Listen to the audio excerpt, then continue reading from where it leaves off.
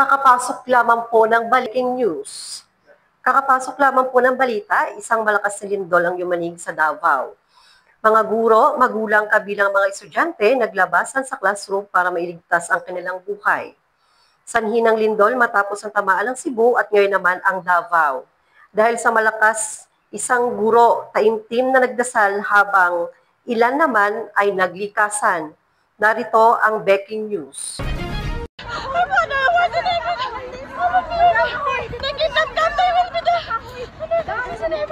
Give us this day, and deliver us from evil. As we forgive those who trespass against us.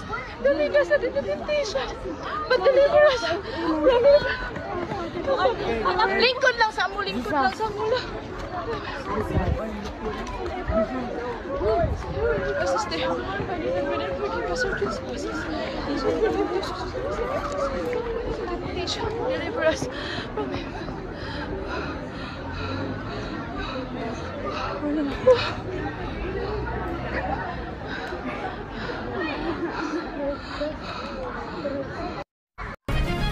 Maraming salamat, Gandara, at ito ang breaking news.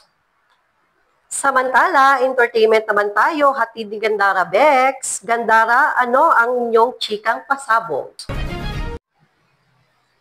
Yes, Becky, kinaaliwan ng mga netizens sa mga bakla habang nasa inuman. Sila lang naman ang magbabarkadang masayang nakialiw habang isa naman nila na tropa ay kumakanta. Narito ang mga eksenang kinaaliwan sa ating chika.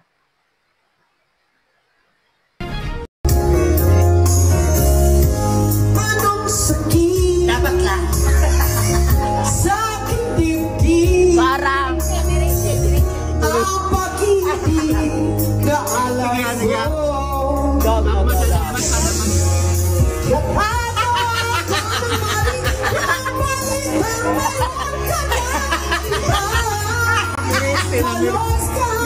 Sinabi mo sa akin na tayo ay tapos na. Merece!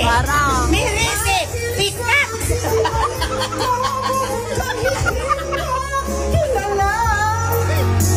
Kayang mga mata ang maluluhay. Merece! Merece! Pikat ninyo mga nilaga batasan! Awa niyo mga ang mga gusto!